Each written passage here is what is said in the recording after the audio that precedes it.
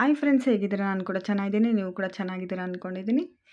ಏಕಾದಶಿ ಇತ್ತು, ಸ್ವಲ್ಪ ಲೇಟ್ ಆಯಿತು ಪೂಜೆ ಮಾಡಿದ್ದು. ಯಾಕೆಂದರೆ ಬಬ್ಬುಗೆ ಸ್ವಲ್ಪ ಜಾಸ್ತಿ ಮೈ ಯಾಕೋ ಇಚ್ಚಿಂಗ್ ಜಾಸ್ತಿ ಬರ್ತಾಯಿತ್ತು. ನಾವು ಶಾಪ್ಗೆಲ್ಲ ತೋರಿಸ್ತು, ಆದರೆ ಕಮ್ಮಿ ಆಗಲಿಲ್ಲ ಅವನಿಗೆ. ಅದಕ್ಕೆ ಮನೆಯಲ್ಲೇ ಸ್ವಲ್ಪ ಬೇವಿನ ಸೊಪ್ಪಿತ್ತು, ಅದನ್ನು ನೀಟಾಗಿ ಪೇಸ್ಟ್ ಮಾಡಿಬಿಟ್ಟು ಅವನಿಗೆ ಮೈಯೆಲ್ಲ ಹಚ್ಬಿಟ್ಟು ಬಿಟ್ಬಿಟ್ಟೆ. ಒಂದು 20 ಮಿನಿಟ್ಸ್ ಬಿಟ್ಟಿದ್ದೆ. ಅವನಿಗೆ ಸ್ವಲ್ಪ ಇರಿಟೇಷನ್ ಆಯ್ತಾಯಿತ್ತು. ಅವನ ಜೊತೆ ಆಟ ಆಡಿಕೊಂಡು ಸ್ವಲ್ಪ ಅವ್ನ ಮೈಂಡ್ ಡೈವರ್ಟ್ ಮಾಡಿಕೊಂಡು ಸ್ವಲ್ಪ ಹೊತ್ತು ಬಿಟ್ಬಿಟ್ಟು ಅವನ್ನ ನೀಟಾಗಿ ವಾಶ್ ಮಾಡಿದೆ.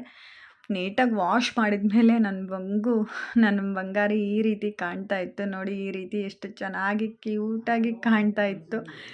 ನನಗೂ ತುಂಬ ಇಷ್ಟ ಆಗಿಬಿಟ್ಟ. ಅವನು ರೈಸ್ ತಿಂತಾ ಇರಲಿಲ್ಲ, ಅದಕ್ಕೆ ಅವನಿಗೆ ಒಂದೆರಡು ಚಪಾತಿ ಮಾಡಿಬಿಡೋಣ ಅಂದ್ಕೊಂಡು ಅವನಿಗೆ ಒಂದೆರಡು ಚಪಾತಿ ಮಾಡಿ ಕೊಟ್ಬಿಟ್ಟು, ನಮ್ಮ ಮನೆಯವ್ರಿಗೆ ತಿನ್ನಿಸ್ಬಿಡಿ ಅವನಿಗೆ ಅಂತ ಕೊಟ್ಟು, ನಾನು ಫ್ರೆಶ್ ಅಪ್ ಆಗಿ ಬಂದು ಮತ್ತು ರಾಯರಿಗೆ ತುಳಸಿ ಮತ್ತು ಒಂದು ಲೋಟ ನೀರಿಟ್ಬಿಟ್ಟು ರಾಯರಿಗೆ ತುಪ್ಪದ ದೀಪ ಹಚ್ಬಿಡೋಣ ಅಂದ್ಕೊಂಡು ಅದನ್ನು ಕೂಡ ಬೇಗ ಬೇಗ ಎಲ್ಲ ಮಾಡಿಕೊಂಡೆ.